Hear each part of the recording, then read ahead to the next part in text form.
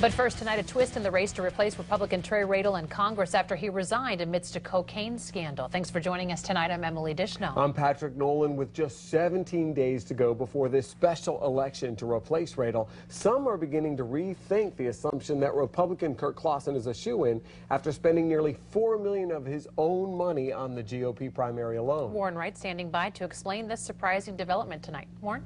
Okay, well, even more surprising, the latest polls show a third-party candidate, Libertarian Ray Netherwood, in second place. The poll was commissioned by the Netherwood campaign, and they were only too happy to share me with the numbers.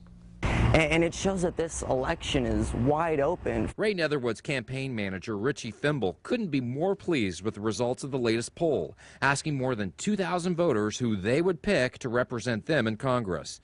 Netherwood didn't come in first, but he beat out major party candidate Democrat April Freeman. And even more telling, 41% of the voters are undecided. I'm challenging President Obama. After a $10 million Republican primary, most of it spent on television, political science professor Dr. Laura Weir says, the extreme right interests that were represented, I don't think represents the interests of the majority of the Republicans who are here. Netherwood's team believes they have momentum and understand why they're gaining ground on Kirk Clausen. He's not showing up to debates or local forums, and he's basically ignoring the local populace right now. Weir adds that Netherwood has been delivering a message that resonates with a lot of Republicans. No to taxes, no to raising the budget.